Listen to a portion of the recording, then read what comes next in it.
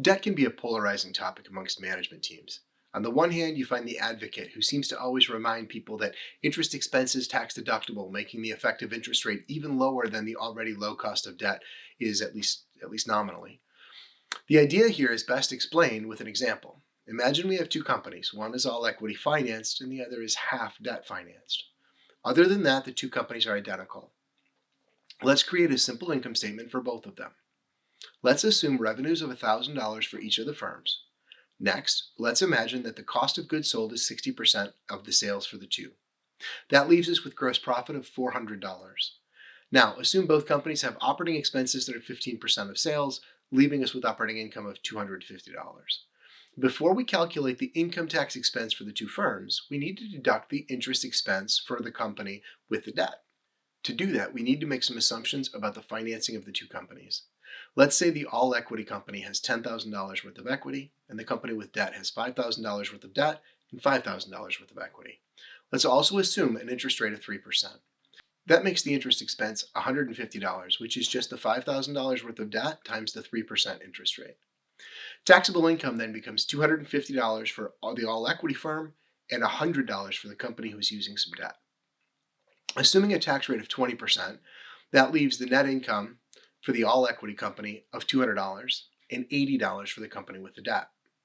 So where does this tax advantage to debt come into play? Well, the tax bill was only $20 for the company that had debt, while it was $50 for the company without debt, making the difference in net income only $120. But the interest expense was $150. So the net cost of the debt was only $120 because that was the only difference between these two companies. So what is the effective cost of debt? Well, $120 divided by $5,000 is an after-tax cost of debt of only 2.4%. Almost magically, the cost of debt is the interest rate times 1 minus the tax rate, or in this case, 3% times 1 minus 20%, or 2.4%. As a result, the debt proponent will be quick to point out that 3% is cheap, but 2.4% is even cheaper, making debt a super affordable source of financing. Let's take a look at the cost of debt, which in this example was 3%. That can be compared with the typical cost of equity that might be 12 to 18% for most companies. So the debt advocate is correct. The rate is cheaper, and when you consider the tax benefits, it's even cheaper.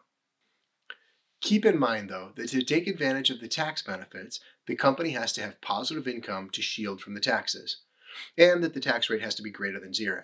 So the cheaper debt argument only holds for companies with positive income, or in some cases positive expected future income, or in tax jurisdictions with non-zero income tax rates, which happens to be the US. What other benefits is our debt-loving friend likely to point out to us about using debt to finance the firm? Well, another potentially huge benefit is that debt does not dilute the ownership stake.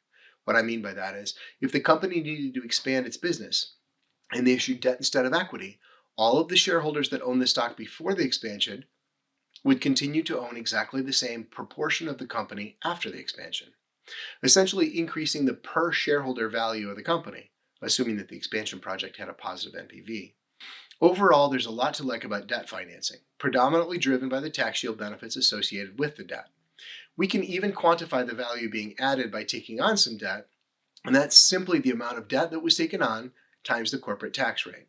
This formula is a little oversimplified, and it's only true in a world without personal taxes or bankruptcy costs, but Modigliani and Miller, two Nobel Prize winners, came up with this change in the value of the firm from taking on debt more than a half century ago, and it continues to hold true today. I usually refer to this as TCD, or T sub C, which refers to the corporate tax rate, and D, which refers to the amount of debt. So in a world without bankruptcy costs and without personal income tax, which isn't really the world we live in, the actual value of the firm increases by TCD when the company takes on debt. So what's not to love about debt financing?